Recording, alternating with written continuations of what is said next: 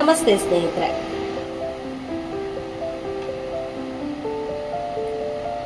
ಜೀವನಕ್ಕೊಂದು ಗುರಿ, ಅದನ್ನ ಸಾಧಿಸಲಿಕ್ಕೆ ಒಂದೊಂದೇ ಮೆಟ್ಟಿಲಿಗೆ ಸಂಬಂಧಪಟ್ಟಂಗೆ ದಿನಕ್ಕೊಂದು ಗುರಿ.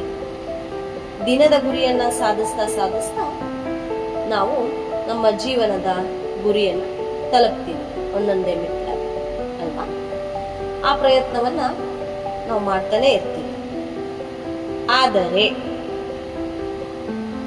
ನಾವು ಎಷ್ಟೋ ಜನರು ಈ ಆದರೆ ಅನ್ನೋದಲ್ಲಿ ಬಂಧಿಯಾಗ್ಬಿಡ್ತೀವಿ.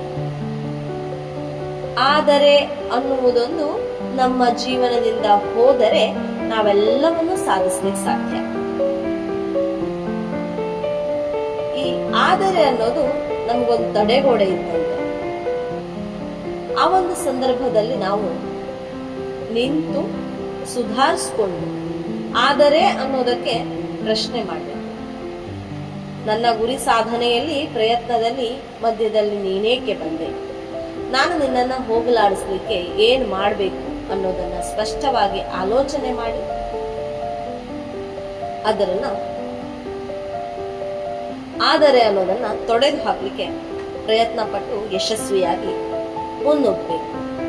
ಆದರೆ ಅನ್ನೋದಲ್ಲಿ ಸಿಲುಕಿಕೊಂಡು ನಮ್ಮ ಜೀವನವನ್ನ ಹಾಳು ಮಾಡ್ಕೋಬಾರ್ದು, ಅಥವಾ ನಮ್ಮ ಗುರಿಯೆಡೆಗಿನ ನಮ್ಮ ನಡಿಗೆಯನ್ನ ನಿಲ್ಲಿಸಬಾರ್ದು. ಆದರೆಯನ್ನ ಪ್ರಶ್ನಿಸಿ ಸರಿಸಿ ಮುಂದುವರಿಯಬೇಕು.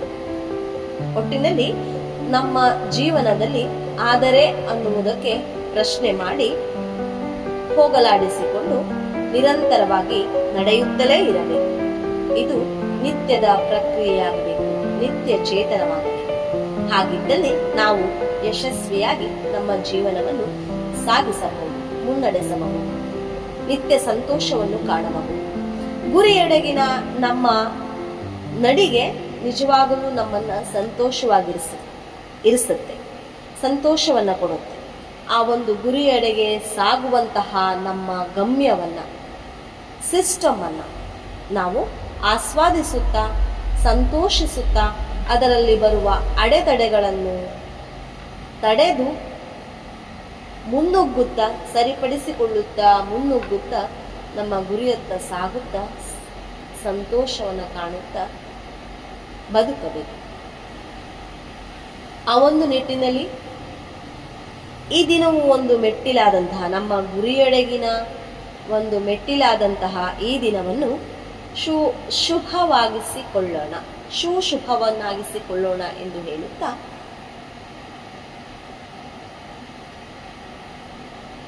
ಎಲ್ಲರಿಗೂ ಶುಭೋದಯ, ಶುಭ ದಿನ. ಧನ್ಯವಾದಗಳೊಂದಿಗೆ ಗೀತಾ ರಶ್ಮಿ.